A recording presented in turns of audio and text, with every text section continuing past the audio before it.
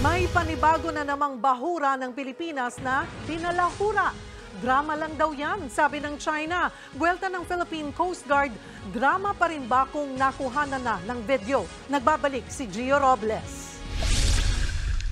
Kumakalat sa social media ang video ng mga durug-durug at patay ng corals na itinambak sa Sandy K2 di kalayuan sa Pag-asa Island. Ayaw pa munang kumpirmahin yan ng Philippine Coast Guard o PCG. We have official report regarding this, but we're still waiting for the national government to give us clearance to publicize our survey that we conducted and also our investigation.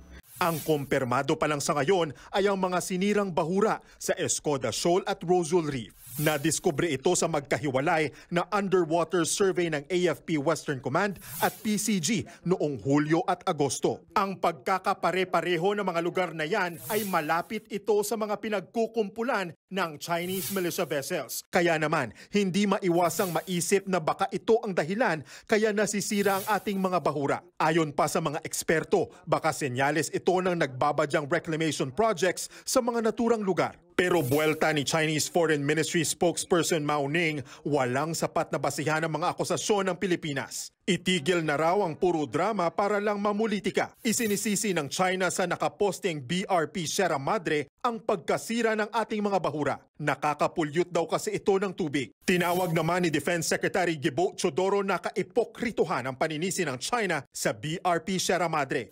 Giit naman ng PCG, we produce factual events. Truthful narratives. We don't make up stories. The stories that we provide are all supported by pictures, footages, and again, that's not drama. That's purely real story.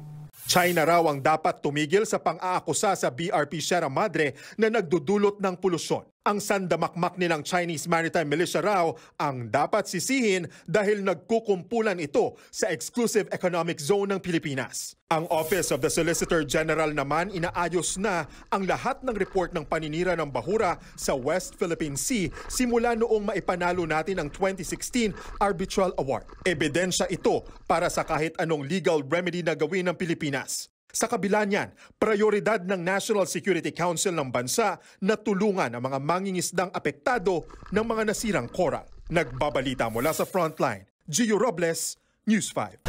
Mga kapatid, Lucy Cruz Valdez po, maging maalam at may pakialam sa mga napapanahong balita sa bansa. Tumutok at mag-subscribe sa News 5 social media pages.